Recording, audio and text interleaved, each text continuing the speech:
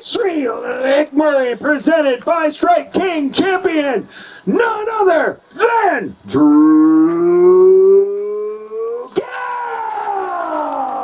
Well, got it done. Second Big Red Trophy. Bass Pro Tour Stage 3 win here at Lake Murray. This place was incredible. Super cool venue, and it was an awesome tournament. Yeah!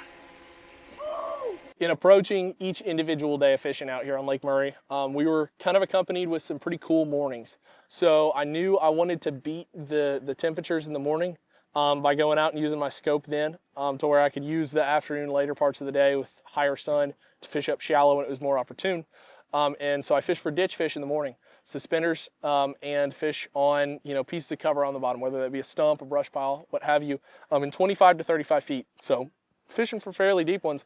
And the reason I fish for those fish, there's a lot of fish a lot shallower in this lake right now, but I chose those ones because they're so easy to get to bite. Bite percentage is really important on a lake like this because the whole field's going to be around fish. You're not going to be able to be around more fish than being around a fish all the time, which means you got to kind of zone in on what population is best to fish for. So I went and fished for those minnow fish in 25 to 35, using that 3/16 ball head, 4-inch minnow, and getting really aggressive with it. I was fishing it very fast. When they would get up on it, I got really snappy and aggressive with it because these are herring fish. They react to that very well, and they would come up and knock slack in your line. You'd be whining and shaking, and they'd fly up, and your line would just drop, and you'd have to catch up with them. So that was a fun way to start the day every day. Racked up a lot of weight really fast.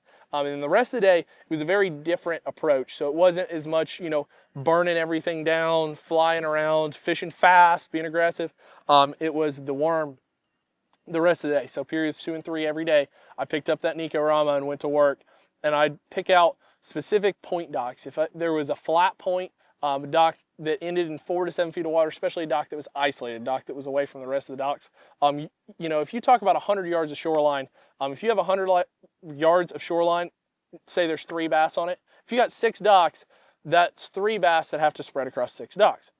If you have 1 dock across 100 yards and there's 3 bass, all 3 of them are going to be under that 1 dock. You're going to be able to fish that 1 dock really intentionally because if there's one on the whole stretch, he's going to be right there.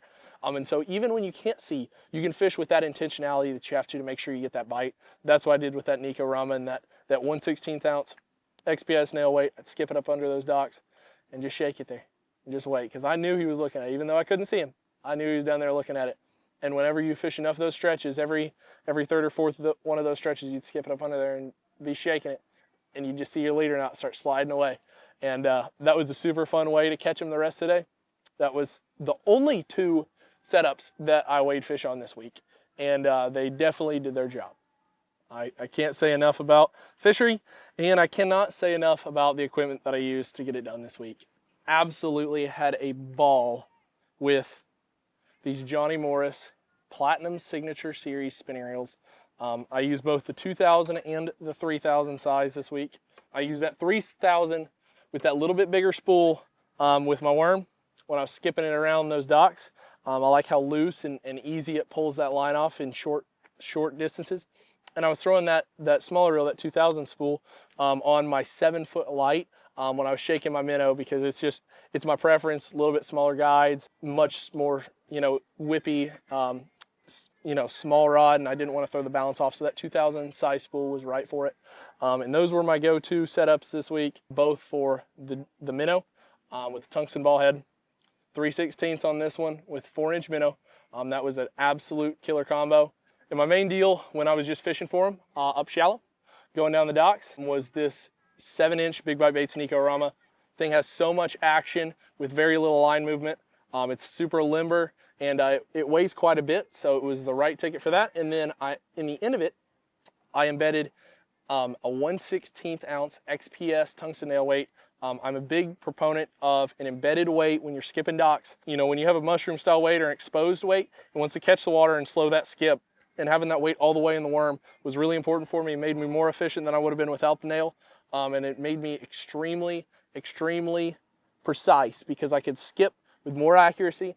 And then when my bait got where I wanted it to go, that weight would keep it near the bottom to where I could just bump that slack, keep that worm in place. So that nail weight Neko combo was the 1-2 for the dock fish up shallow, and couldn't have done it without it. That's what carried me when I didn't have scope all day, every single day of this tournament. So couldn't ask for a better tournament, bringing home this big old trophy, and couldn't ask for a better time on such a good fishery.